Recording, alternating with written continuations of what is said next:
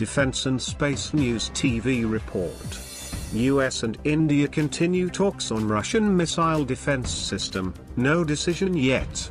India is planning to buy 5 S-400 Triumf missile air defense systems from Russia for around $4.5 billion.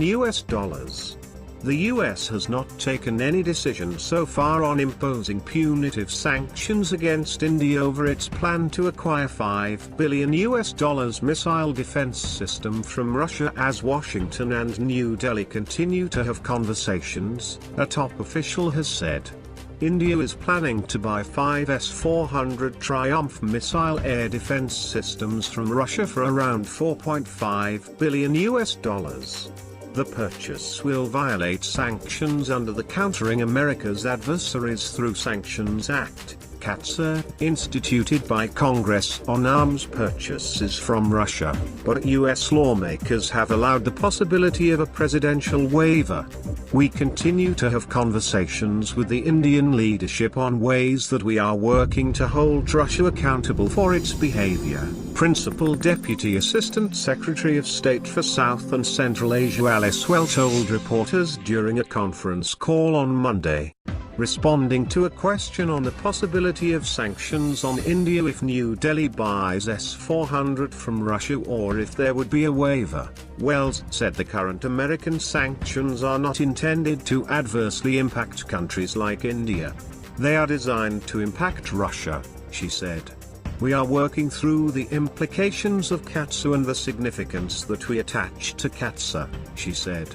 Wells reiterated that there is no blanket waiver or country-specific waivers on S-400. The authority that was granted by Congress allows the President to make a determination. Those determinations will be made on an individual basis, she said. I think there's a great understanding of the legacy of India's military, defense cooperation relationship with Russia. The focus and the conversations are really on the kinds of a defense acquisition that would shape India's strategic relations over the next generation and what impact that has on interoperability and the ability to continue to deepen its partnership with US and others, Wells said.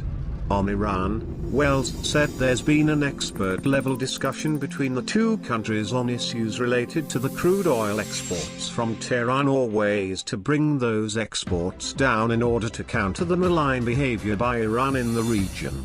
Those conversations are ongoing, she said. The US has told India and other countries to cut oil imports from Iran to zero by November 4 or face sanctions, making it clear that there would be no waivers to anyone. Iran is India's third largest oil supplier behind Iraq and Saudi Arabia.